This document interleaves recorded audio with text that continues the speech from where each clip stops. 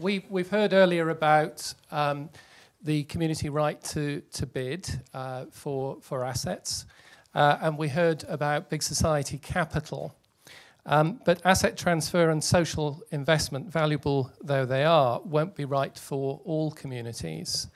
How can we ensure that there are places to meet, support, core funds, essentially the basic building blocks in every place, in every neighbourhood, to facilitate the social action that government's calling for? Gareth Thomas, what can we do to make sure those basic building blocks are in place? Well, I think there's two answers. There's an immediate answer and a slightly longer term one. The immediate answer is the government did not have to cut the top rate of tax. There would have been more money available for government to do so, and some of that could certainly have been used to fund more local activities in local communities.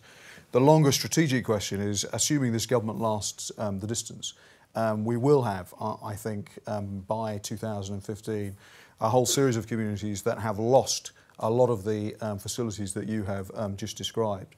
And the question will be then, how do we use existing government money, be it local government and national government money, to put reinvestment back into those communities?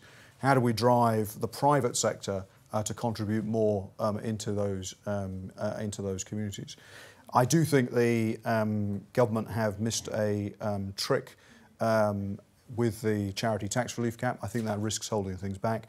And I also wonder, and this perhaps relates, Chair, back to your question about do I have any other regrets about policy in this area, whether or not actually we've not been hard enough yet in persuading the banks to lend more to local institutions to help retain more of that investment that should be in local communities and kept in local communities. Thank you. That's the opposition's view. A view from the government about basic building blocks in community. What can we do to retain them? Well, the one or two areas that I know in West Yorkshire that actually haven't got them now, and the churches and some of the local places that were there are either demolished or dying on their feet, and that's part of the work we have to put in, getting community associations established.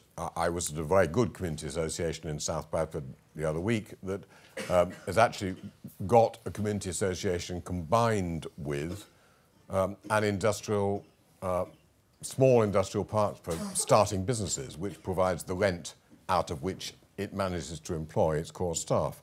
That sort of thing is what we had to do. Community challenge, buying the local pub in some areas, whatever, that's part of what we have to do.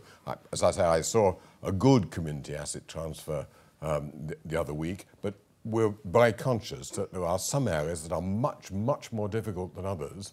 Community foundations, as they continue to grow, will help a bit in that, but we have to keep focusing on the most difficult areas.